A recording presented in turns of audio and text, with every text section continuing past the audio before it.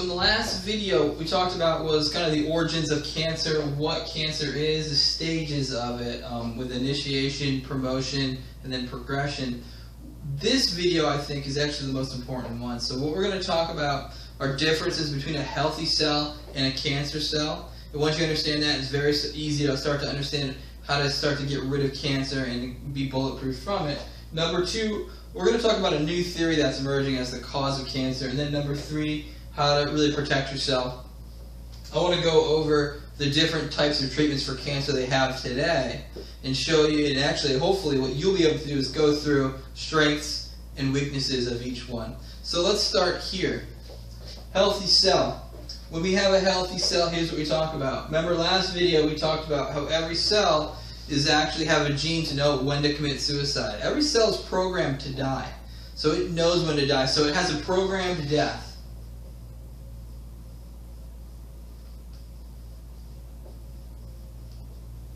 So I'm sure you've heard every couple of years you have a brand new body. So my skin cells, right, they die very, very quickly. My eye cells actually die very quick. Every 2 to 3 days I have brand new eye cells. So a good way to tell if someone's getting healthy or not is looking at their eyes. Their eyes become very, very white if they're becoming healthy. Okay?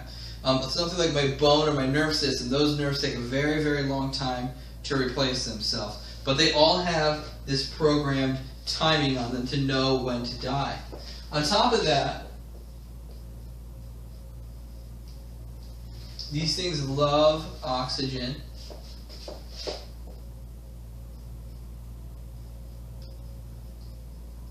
They love alkaline blood. So when your blood is slightly alkaline, 7.1, 7.2, they thrive in that condition.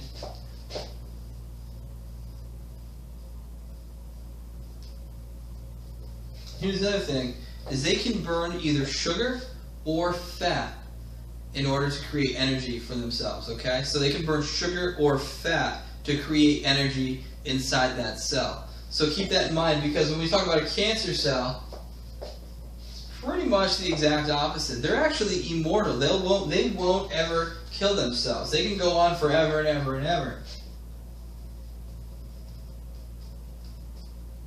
Okay. Oxygen, they usually thrive in low oxygen levels, so anaerobic states.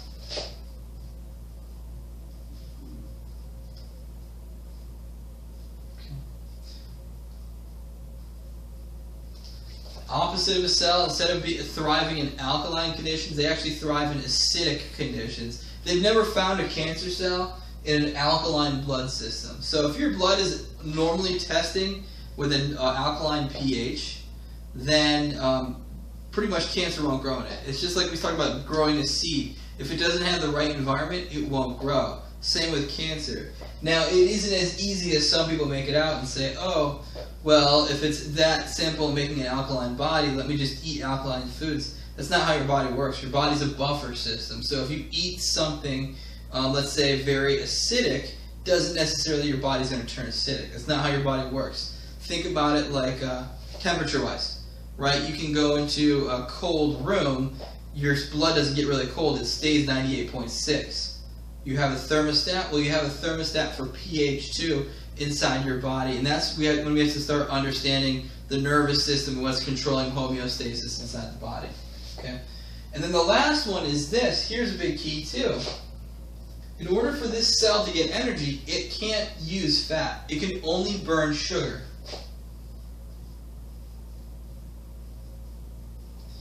Now, where does protein fall in? Here's the thing. In very high levels of protein, your body will take protein and make sugar out of it. So, if you're avoiding sugar, that's great, but a lot of people still eat tons and tons of protein, and what ends up happening is this, is those cells will turn that over into sugar and still thrive on that, okay? But essentially, cancer cell can only use sugar for that. Now, this brings me to the next point. This is what's really amazing. This new theory on what cancer is. So in the last video, we talked about all the things that have to go wrong in order to create cancer cell. Pretty much you have to get a mutation, and then your body for some reason doesn't fix it, the cell won't kill itself, and then the immune system won't attack it. So it's kind of strange the body would have that many unbalances to it. There's a new theory, and the new theory is this. Cancer is not the cause, it's actually an effect of the body. The body will create cancer on purpose. So we all have cancer genes inside of us, and our body will turn them on when the conditions are right. And you may ask yourself, well, why would it do that? Here's a perfect example. Let's say we start to live a very poor lifestyle. We start to eat horribly. We create a lot of cortisol in our system, a lot of inflammation, so it starts to make our body very acidic in nature. We're pouring sugar, which we do all the time in the United States, right? We're eating tons and tons of sugar, drinking tons and tons of sugar all the time. We start to create these conditions inside of our body. An anaerobic acidic condition that our cells are having a hard time surviving. So wouldn't it be a very smart reason for your body to actually go, open up those sleeves, and make your cells into cancer cells? Here's the reason why. These cells can handle that situation. So if my body is becoming very sick, grotesque, acidic, anaerobic, your body is going to create cancer cells to survive in that harsh environment, while hopefully you start to change your lifestyle and create this condition again. So really, cancer is not something we need to focus on and get rid of. It's actually the environment of the body. Picture a great example is a pile of trash. If you have a pile of trash, inevitably a whole bunch of flies are going to start there. What we've been doing is focusing on the flies and killing the flies and spraying them, but we leave the garbage there. And this is what happens with cancer. A lot of times we'll do some kind of therapy, kill the cancer. A few years later, guess what comes back? The cancer. Because we didn't clean the house, okay?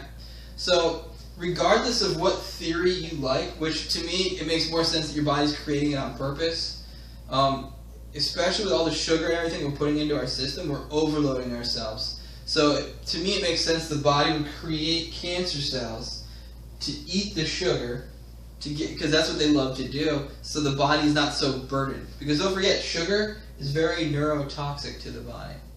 So me makes way more sense. Regardless, here's the key to being bulletproof to this. Number one,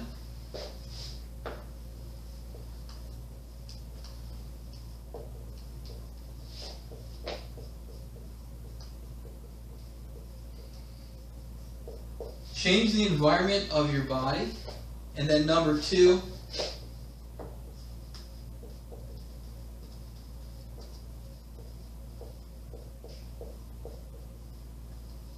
increase the immune system of your body. Very, very simple, okay? So, if you do this, number one, what's going to happen by changing the environment, we're essentially, remember in the first video we talked about promoting factors, things that promote growth. We're going to eliminate those from our system right away, okay? And then number two, we're going to increase the immune system by doing different things. So let's talk about this. Let's talk about our current model. We call it traditional.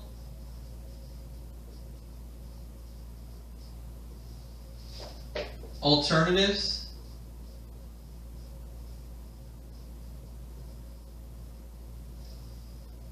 And then finally, what we do in our clinic is something called the 4 pillars of health.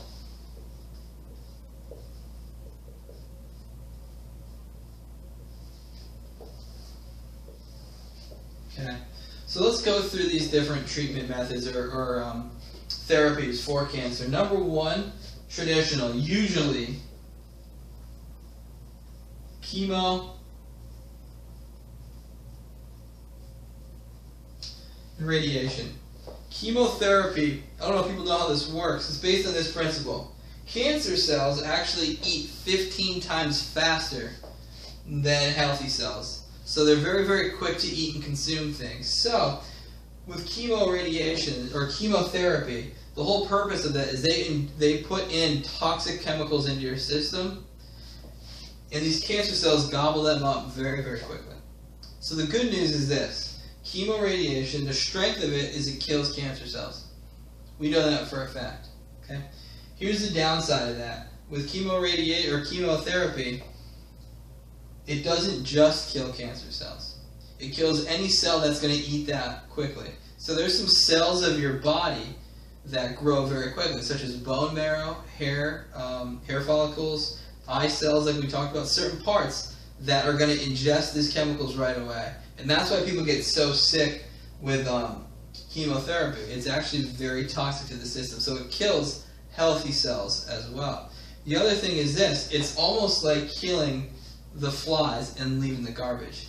So when we look at this, chemotherapy does nothing about changing the environment of your body. In fact, it makes it more acidic and even worse. Chemotherapy also does not increase your immune system. If anything, it decreases your immune system, okay? Radiation, very, very similar. Okay, radiation, they'll focalize the point on the cancer. Again, kills the cancer, also kills the healthy cells in the area. So if you have breast cancer, for example, they do radiation, a lot of times the heart or the lungs will be damaged as a consequence. And again, it doesn't change the environment, doesn't increase the immune system. So some alternative therapies, let's go through them. So one of them that's very popular right now is baking soda. Okay, I forgot the doctor who created this, who came up with this, but what they found was that ingesting baking soda was actually getting rid of cancer in people. Here's the reason why, right? With the baking soda, changes the environment. What does it do? It actually increases your pH. It makes your body more alkaline. So what was happening is it starts to change the environment a little bit. Those cells don't thrive. The cancer cells don't thrive in that anymore. What they're going to do is either the body's going to shut off the gene, if that's what's causing it, or the cells are just going to die. It's not a good environment for them. Okay? Downside of this, it's not a lack of baking soda that's causing your cancer, right? So the baking soda isn't technically getting to the cause. While I think it's probably a better option than these two, for the most part, it's not really getting to the cause of anything. Okay? The other thing is this. It doesn't really increase your immune system as well. So you're getting half the equation right. Okay? Number two, marijuana. I think it was Rick Simpson came up with finding out that there are certain oils that you can put on from marijuana that are killing cancer cells. What happens is there's a part of your system called an endocannabinoid system inside you that when you have marijuana, it triggers that. What's amazing about this, and you can actually see video footage of this, the marijuana stimulates this part of your nervous system, and what it does is it actually kills cancer cells in your body, and it only kills cancer cells in your body. So to leave your healthy cells alone, it's kind of like a really healthy form of chemotherapy, if that makes sense. It only gets the cancer, leaves the healthy cells alone. Here's the issue with that, right? That's the strength of it. Here's the issue. Doesn't really change the environment of your body. Doesn't increase your immune system. Okay? Again, it's like killing the flies on the pile of garbage. Okay? Third one.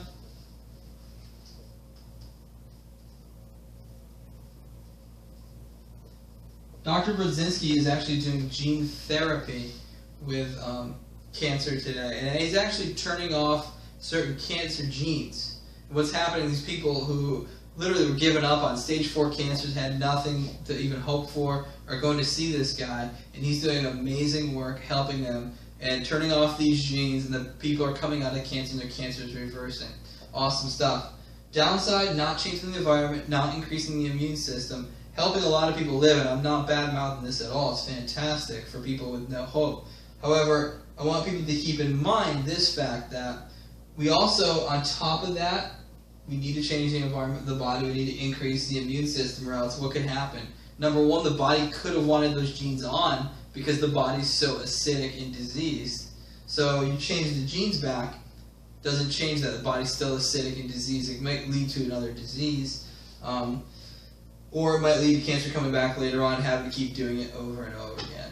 Okay? Last one that I know of, something called the Gerson miracle or Gerson therapy. So what Dr. Gerson did was he would do tons and tons of juices, fresh juice, usually with things like apples and beets and things like that would cleanse the body. So what he wanted to do was literally take out the trash. He wanted to change the environment drastically. So what he would do is add tons and tons of natural fruits and vegetables to the diet, tons and tons of juices, add in all these toxins or all these nutrients into the body. He would also do some coffee enemas to get rid of the toxins of the body, and have the person come. They get a lot of fresh air, lots of sunlight, pretty much really focus on the environment, and the immune system was increasing. Awesome stuff. Really recommend it. He said miracle after miracle. He's got a huge clinic. He's passed away, but his daughter is the one that takes care of the clinic. Fantastic clinic, great stuff. Because what's he focused on? Changing the environment, increasing the immune system. Okay. Downside of this could be the only downside, is that when you get in late stages, there's a lot of sugar with the Gerson diet. And like I said before, cancer cells love sugar. So some people argue that there's too much sugar for the system and that the cancer cells thrive on that. Again, mixed reviews of that. I can't go one way or the other with it, but I do know he is targeting the right things, changing the environment, increasing the immune system. Now for us, we have our 4 pillars. Number 1, cell communication. Number 2, nutrition. Number 3, exercise. Number 4, something called honoring your purpose, okay? To me, this is the missing link to it all, cell communication. Cell communication means this: how well the brain is talking to the body is talking to the brain, right? So this cell communication is what tells the DNA what sleeves to open up, which ones to go down. There was a study done on people under long-term chiropractic care that found their serum thiol levels, which in the last video we said is DNA repair, was through the roof. So if you're under care for a long time and your nervous system stays healthy, your serum thiol levels go through the roof. So your DNA is repairing faster than the average person. Pretty amazing. There was a study done by a guy named Dr. Piro, who was a cancer doctor at New York University in the 70s. And he researched people with cancer, the average person, and he researched people under long-term chiropractic care. And what he found was this: number 1, people with cancer have a 200% lower immune system than the average person. Number 2, people under long-term chiropractic care had a 200% higher immune system than the average person. 400% higher immune system than a cancer patient. So he said he's never seen any group improve so much or have such a huge increase in immune system than that group. He petitioned to the National Institute for Health for grants, got absolutely nothing, okay? So, to me, if you want to increase your immune system and change your environment, nothing more important than making sure the top bone of your neck, your atlas vertebra, is in a place, in alignment, so the brain and the body can communicate at 100%. The nutrition aspect of it, reducing sugars, pretty much almost eliminating them completely out of your diet with the exception of fruit. Increasing oxygen into your system, increasing growth hormone, which inhibits insulin in your body. So this is awesome. Doing high intensity interval training exercises. And then number 4, honoring your purpose, which we talk about doing your archetypes in our clinic. We talk about getting quiet time every day, following the course you're supposed to. Because what happens is we get so stressed out. Many of us live these corporate lives where we're doing stuff we hate to do. So by honoring your purpose, what ends up happening is your cortisol levels start to go down, your body turns from acidic to alkaline again, and life starts to be good. So to me, this is why we preach this. Here's the beauty thing of this, is that we don't target diseases. This is just living a natural, normal, healthy lifestyle. When your body is healthy, it heals itself. So if your target is always curing disease or killing disease, you're never going to get to the cure. If your target is understanding what a healthy body is and giving the body what it needs, it heals itself. So the whole trick to being bulletproof from cancer is pretty much living a very, very healthy, natural life, which is very easy to do. So if you have any questions or comments, please comment below on our video. Other than that, we love you and we wish you the best of luck.